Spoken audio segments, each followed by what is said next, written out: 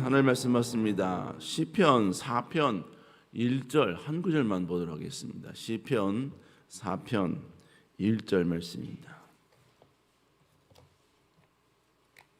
시편 4편 1절 말씀입니다. 다 자신 줄 알고 다 같이 한 목소리로 말씀 받도록 하겠습니다. 내 의의 하나님이여, 내가 부를 때에 응답하소서. 곤란 중에 나를 너그럽게 하시오니 내게 은혜를 베푸사 나의 기도를 들으시고. 아멘. 오늘 시편 4편 1절의 말씀을 가지고 내 의의 하나님이라는 제목으로 함께 말씀을 나누도록 하겠습니다. 오늘 보면 시편 4편 1편은 지금 다윗의 고백입니다. 그런데 다윗은 지금 자신의 상황이 그렇게 좋은 상황은 아니다, 녹록지 않은 상황이다, 평안과 그리고 모든 화평은 사라진 위기와 고통의 시간이다, 이것을 1절에서 표현하고 있습니다. 그런데 1절에서 이렇게 표현을 하지만 그럼에도 불구하고 그는 고난 속에서, 위기 속에서, 곤란 가운데 있을 때 그는 하나님 앞에 어떤 모습으로 지금 나아가고 있는지 그는 지금 고백을 하고 있는 것입니다. 자, 그러면 오늘 다윗의 이러한 고통 속에서의 그 신앙의 고백, 하나님 앞에서의 자신의 그 모든 신앙의 표현, 여러분 이 모든 것들을 통하여 다시 한번 우리에게 귀한 신앙의 도전을 주고 있는 것입니다.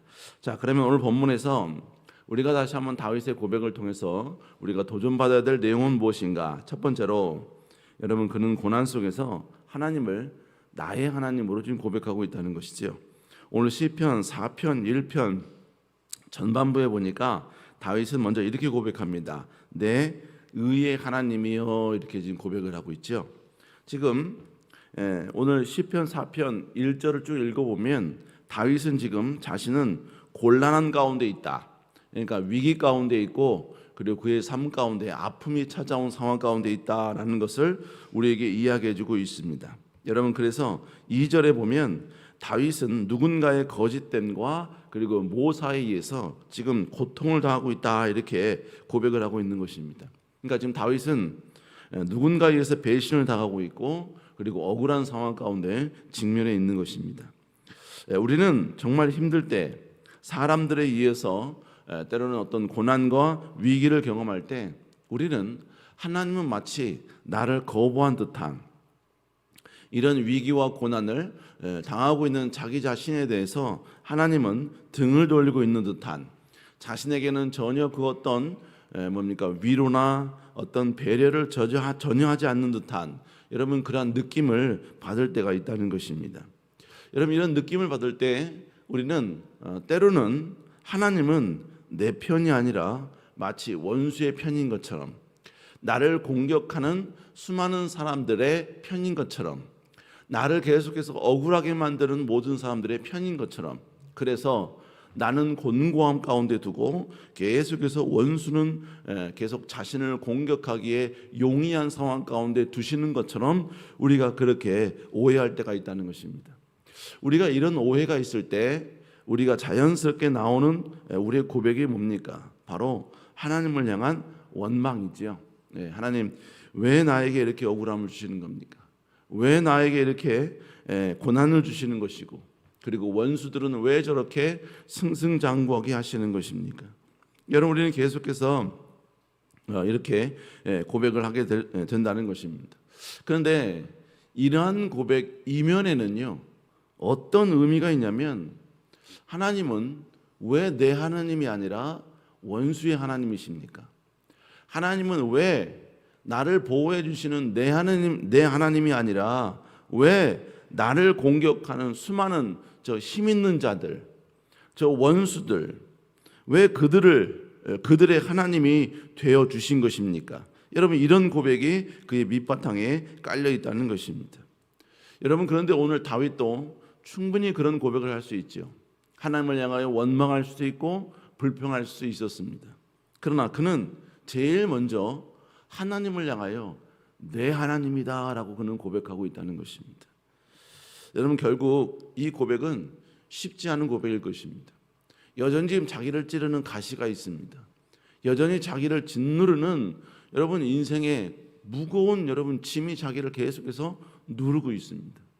주변에는 여전히 원수들이 있고, 그리고 지금 자기가 경험하고 있는 이 모든 위기, 아픔은 언제 해결될지 여러분 전혀 막막한 상황 가운데 있다는 것입니다. 여러분 그럴지라도 우리가 다시 한번 고백해야 할 것은 무엇이냐? 여러분 우리 하나님은 내 하나님이다 라는 고백을 우리는 선언하고 선포할 수 있어야 한다는 것입니다. 여러분 우리가 어떤 상황에 직면했다 할지라도요, 하나님은 단 한 번도 나의 하나님이 아니 된 적이 없었습니다.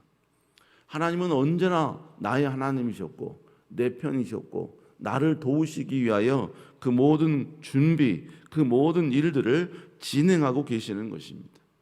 아직 나의 하나님이라는 이 놀라운 고백이 드러날 만큼의 평강과 위로와 해결이 아직은 보이지 않을지라도 여러분 우리를 향한 바로 이 하나님의 사랑, 이 하나님의 놀라운 은혜는 단 한 번도 여러분 변색된 적이 없었다는 것입니다. 여러분 그렇다면 하나님은 변하지 않았는데 결국 누가 변한 것이냐? 바로 그 하나님을 바라보고 있는 우리가 변한 것이고 우리가 변질되었다라는 것입니다. 그러므로 고난 속에서의 진정한 신앙인의 모습은 어떤 모습이냐? 변질될 수 있는 나 자신을 철저히 변질되지 않기 위하여 몸부림치며 다시 한번 하나님이 나의 하나님이라고 고백하고 선언할 수 있는 것, 여러분 이것이 진정으로 하나님을 하나님답게 믿는, 하나님을 신뢰하는 믿음의 그리스도인의 모습인 줄로 믿습니다.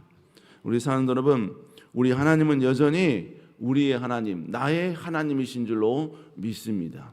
그리고 내가 나의 하나님을 철저히 신뢰하고 그분을 존중히 여기고 그를 경외하는 마음으로 나아간다면 여러분 반드시 하나님은 때가 되면 반드시 지금의 우리의 눈물의 원인이 되는 이 모든 것들을 완벽하게 제거해 주시고 완벽하게 해결해 주실 줄로 믿습니다. 여러분 그러므로 다시 나의 하나님을 고백하며 여러분 하나님께 더욱더 감사하고 하나님을 더욱더 송축하고 하나님 앞에 더욱더 엎드리는 편을 선택하는 여러분 될 수 있기를 다시 한번 주 이름으로 축복합니다. 두 번째로 다윗은 고난 가운데 하나님을 향하여 어떻게 고백하고 있느냐? 그는 하나님을 의의 하나님으로 고백을 하고 있습니다. 우리 한번 시편 4편 1절 한번 다시 읽어볼까요? 시작. 부를 때에 응답하소서. 곤란한 중에 너를 너그럽게 하셨사오니 내게 은혜를 베푸사 나의 기도를 들으소서. 여러분 오늘 본문에 보니까 다윗은 지금 하나님을 향하여 뭐라고 고백하고 있느냐? 내 의의 하나님이라고 고백을 하고 있습니다. 내 하나님이시지만 그러나 내 하나님은 어떤 하나님이시냐? 바로 의로우신 하나님이라는 것입니다. 의로우신 하나님. 이 의로우신 하나님이라는 의미는 결국 어떤 의미가 있냐? 여러분 첫 번째로 하나님은 무조건적으로 의로우신 분이라는 것입니다. 여러분 다윗은 정말 힘든데 상황적으로 여러분 하나님은 의롭지 않은 것처럼 보이는 그런 상황임에도 불구하고 다윗은 여전히 하나님은 의로우신 분이시다라고 고백하고 있고 그 의로우신 하나님을 찬양하고 있다는 것입니다. 여러분 내가 정말 힘들고 어려울 때 여러분 기도하려고 하면 하나님을 향한 짜증이 먼저 납니까? 아니면 내 마음 가운데 정말로 즐거운 고백이 나오게 되는 것입니까? 여러분 하나님을 향한 원망 내지는 짜증이 나오면 여러분 우리는 그 다음은 당연히 지금의 모든 문제가 하나님의 탓인 것처럼, 그리고 하나님의 탓이라고 고백하는 것은 지금 하나님은 뭔가 잘못되게 내 인생을 인도하고 있다라고 여러분 선언하는 것입니다. 여러분 다윗은 분명히 억울한 상황이죠. 분명히 여러분 그는 하나님 보시기에 정직한 모습으로 나아가고 있는데 여러분 그는 계속해서 이 억울함을 경험하고 있다는 것입니다.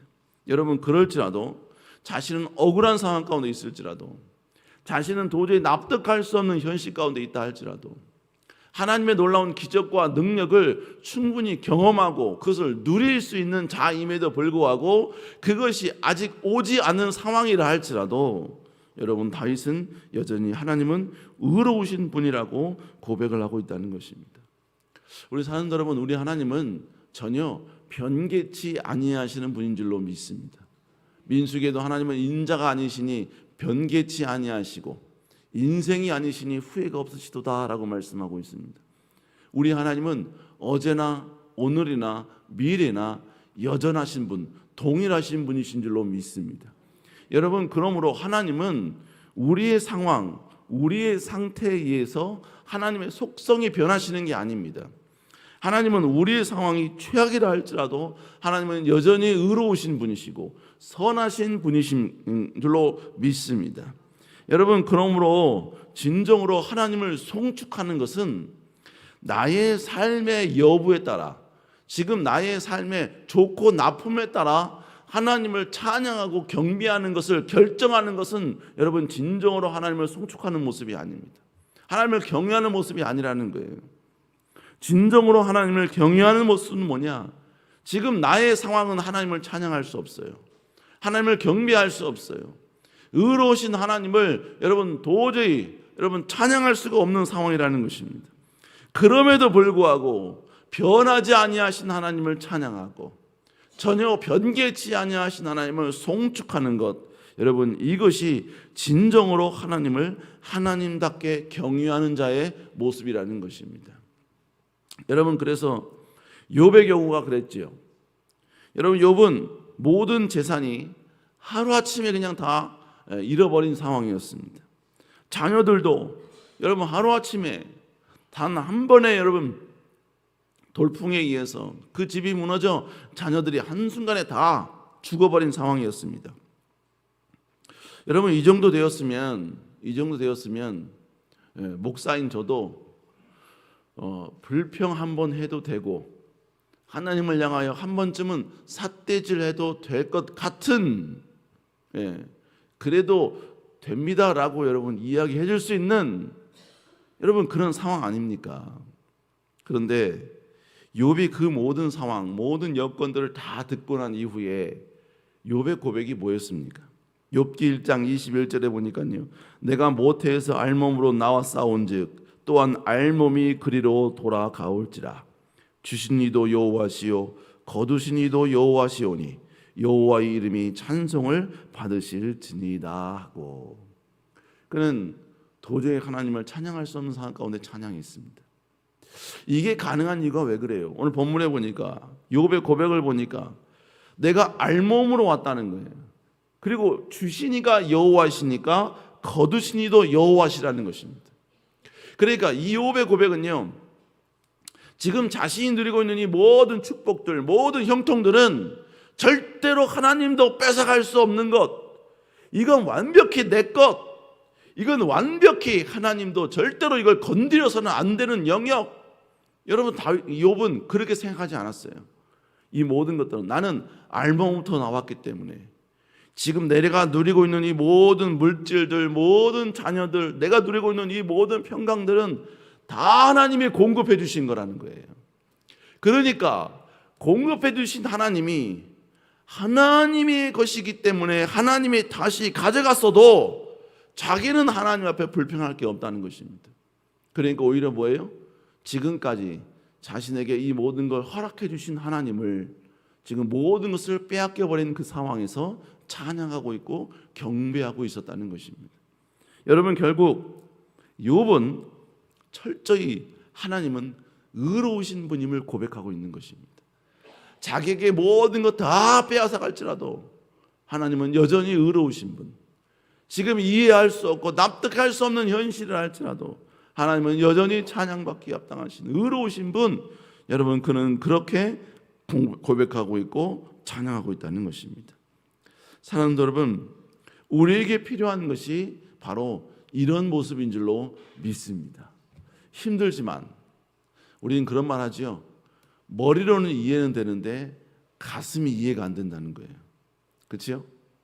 하나님의 말씀이 뭔지를 안다는 거예요. 근데 내 가슴이 그걸 허락하지 않는다는 겁니다. 원수를 향해서 그렇지요.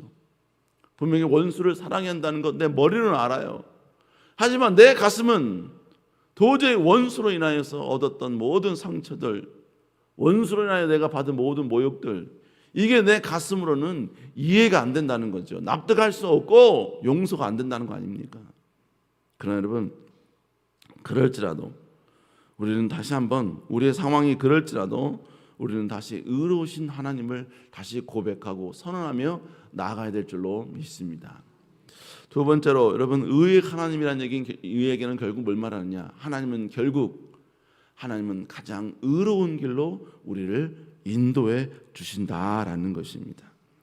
여러분, 하나님은 의로우신 분이기에 절대로 우리의 인생의 결과를 불합리하게 억울하게 만드시는 분이 아니십니다. 반드시 하나님의 속성대로 하나님을 사랑하고 하나님을 의지하고 하나님 앞에 회개하며 철저히 하나님을 바라보는 자에게는 지금의 상황이 어떠한 위기, 어떤 억울함, 어떤 모순의 상황 가운데 있다 할지라도 하나님은 반드시 그 모든 것들을 가장 의로운 길로 인도해 주신다는 것입니다. 그건 우리가 그럴 만한 자격이 있기 때문이 아니에요. 하나님이 의로우신 분이기 때문에 그런 것입니다. 의로우신 분이니까 반드시 하나님은 의로운 길로 인도하시고 의로운 길로 역사해 주신다라는 것이죠. 여러분, 그러니까 진짜 여러분 신뢰할 수 있는 사람, 믿음 가는 사람은 누구냐면요, 그가 한 말에 대해서 반드시 책임지는 사람입니다. 공수표를 던지는 사람들이 있지요. 해줄 것도 아니면서 내가 뭐 해줄게. 여러분, 그 사람은 절대로 믿을 수가 없는 거예요. 그러나 어떤 말을 하나 했을지라도 반드시 그 약속을 지키려고, 반드시 그 약속을 반드시 지키려고 노력하는 그 사람, 여러분은 그 사람은 반드시 신뢰할 수밖에 없는 것이죠. 과거에 저희 딸이요, 초등학교 1학년 때 생일날 핸드폰을 사달라 하더라고요. 그러면서 자기 반에 모든 애들이 다 핸드폰이 있다는 겁니다. 원래는 저는 핸드폰 사줄 생각이 전혀 없었거든요. 근데 자기 반에 모든 애들이 핸드폰이 있다는 말에 제가 훅 넘어가 버렸어요. 그래도 초등학교 1학년은 아니다 싶어서 제가 아니야, 초등학교 3학년 때 사줄게 이렇게 한번 선언을 했습니다. 하지 말았었어야 하는 건데 선언을 해버렸어요. 저희 딸이 2년 동안 아무 말 안 하더라고요. 생일날 핸드폰 사달라는 말 전혀 말 안 하더니 초등학교 3학년 됐을 때 자기 생일날 제 앞에 당당히 오더니 아빠, 2년 전에 초등학교 3학년 때 핸드폰 사준다 그랬어. 지금이 그때야. 핸드폰 사줘. 여러분, 제 마음 가운데는 아직도 너는 일러. 핸드폰 너 아직 갖고 다니기에는 아직은 일러. 그리고 제가 조사해 보니까 핸드폰이 다 있고 자기만 없다 그랬는데 알고 보니까 핸드폰이 3-4명 있더라고요. 반에. 이 아이가 아빠한테 구라를 친 거죠. 그러나 여러분, 결국은 제가 사줬을까요? 안 사줬을까요? 울며 겨자 먹기로 사줬습니다. 왜요? 제가 내뱉은 말이 있기 때문입니다. 딸에게 아빠는 못 믿을 목사야 이런 소리 듣기 싫어서, 아빠는 한 뱉은 말 안 지키는 아빠야, 목사가 왜 그래? 여러분, 이 말 듣기 싫어서, 그 말 듣기 싫어서 여러분 출혈을 했습니다. 여러분, 결국 우리 하나님은 어떤 하나님이십니까? 하나님은 반드시 의의 길로 인도하신 분이라고 약속하시고 선언해 주신 분이십니다. 여러분, 그러므로 지금 내 상황 가운데 어떤 위기, 어떤 아픔, 어떤 갈등, 어떤 여러분의 상처, 어떤 여러분 모순의 상황이 있다 할지라도 내가 그 순간 하나님의 기쁨이 되고 하나님의 영광이 되면 하나님은 언젠가 반드시 우리에게 최고의 아름다운 의의 길로 인도해 주시고 역전시켜 주시고 인도해 주실 줄로 믿습니다. 그러니까 위기 가운데 우리가 해야 할 것은 하나님을 원망하고 모든 책임을 하나님께 탓하고 모든 원인이 하나님께 있다고 하나님께 모든 불만과 원망을 쏟아붓는 것, 여러분, 이건 지혜롭지 못한 모습이죠. 여러분, 그럴지라도 하나님을 찬양하고 하나님을 경배하는 것, 여러분, 이것이야말로 진정으로 지혜 있는 모습이라는 것입니다. 여러분, 그런 거 있지 않습니까? 자녀에게 사줄 수 있는데 때로는 여러분 교육상 안 사줄 때가 있잖아요. 그렇잖아요. 그러면 자녀는 갖고 싶기 때문에 엄마를 향해서 막 불평할 수 있잖아요. 그리고 뭡니까? 뭐 이마트 가면 막 바닥에 눕는 애들 있죠. 막 고함을 지르면서 바닥 청소하는 애들. 여러분 그 상황 가운데 그렇게 여러분 대처하면 여러분 그 자녀가 얻을 게 뭐가 있겠습니까?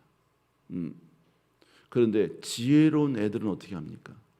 엄마에게 이야기하는 거죠. 엄마, 엄마의 상황이 어려운 거 알아. 나 너무나 갖고 싶지만 나는 엄마의 그 모든 선택과 결정을 존중해. 지금 난 너무 갖고 싶어서 지금 마음에 엄청나게 울고 싶지만 그러나 나는 엄마의 그 마음을 알기 때문에 나는 울지 않을 거야. 절대로 울지 않을 거야. 그리고 지금 안 사준 엄마 고마워요. 여러분 이렇게 하면 여러분 이거 사줘야 됩니까? 안 사줘야 됩니까? 사줘야 돼요? 안 사줘야 돼요? 여러분 결국 뭐예요? 지금의 위기 고난 속에 있었을 때 하나님 왜 이러십니까? 하면서 뭐예요? 바닥에 막 땡깡 놓고 바닥에 뭡니까? 막 뒹굴면서 뭡니까? 하나님 원망하고 그런 게 아니라 그 상황 속에서도 하나님, 나는 하나님의 선한 분인 거 알아요. 하나님이 나에게 모든 걸 줄 수 있지만 하나님 무슨 까닭이 있어 지금 안 주신 거잖아요. 나는 이런 하나님 찬양합니다. 이런 하나님 경배합니다. 이런 하나님 나는 더 경배할 것이고 더 기쁨이 되고 하나님이 이 순간 내가 할 수 있는 하나님이 원하시는 그 일에 다시 최선을 다할 겁니다. 여러분 이러면요 선하신 하나님 그 하나님은 하나님의 그 위대한 역사의 기적의 순간을 앞당길 수밖에 없는 거예요. 우리 사랑하는 여러분 이렇게 더욱더 나의 하나님 의로우신 하나님을 고백하고 선언하며 위대한 승리를 경험한 여러분 되시기를 주의 이름으로 축원합니다. 기도하시겠습니다. 사랑의 은혜가 충만하신 주님, 아버지 다시 한번 우리 하나님은 우리의 상황이 어떠할지라도 여전히 의로우신 분, 아버지와 선하신 분임을 다시 한번 고백합니다. 오직 그 하나님을 다시 신뢰하며 나아가게 하여 주시고 어떤 상황이 있을지라도 하나님을 찬양하고 경배하며 나아가게 하여 주옵소서. 주님 이 새벽에 나올 때 하나님께 귀한 예물 드리는 손길들이 있습니다. 주님 자녀를 위하여 기도하고 문제를 놓고 기도하고 아버지 역사해 주실 하나님을 기대하는 마음으로 아버지 또한 아버지 남편의 사업장의 경영을 위하여 간절히 기도하오니 여호와여 함께하여 주시고 여호와의 크신 능력과 은혜가 나타나게 하여 주시옵소서. 인도하여 주시옵소서. 아버지 특별히 수능 시험을 준비하는 우리 귀한 자녀들 주님 축복하여 주시고 그들에게 주의 긍휼과 능력을 베풀어 주시며 지혜, 총명, 명철이 함께하는 귀한 축복의 자녀들 될 수 있도록 주여 인도하여 주시옵소서. 아버지께서 붙잡아 주시고 특별히 귀한 담임 목사님 건강과 강건함 함께하여 주시옵소서. 함께할 줄 믿사옵고 살아계신 예수님 이름으로 간절히 기도드렸사옵나이다. 아멘. 하늘에 계신 우리 아버지의 이름이 거룩히 여김 받으시오며 나라의 마옵시오며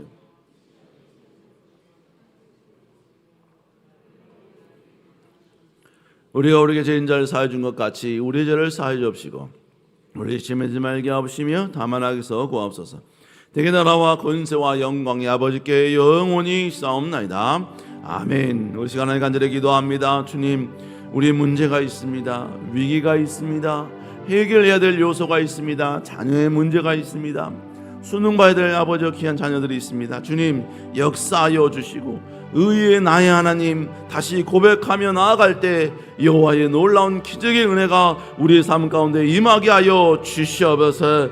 우리 시간 주의 치고 간절히 기도합니다. 주여 주여 주여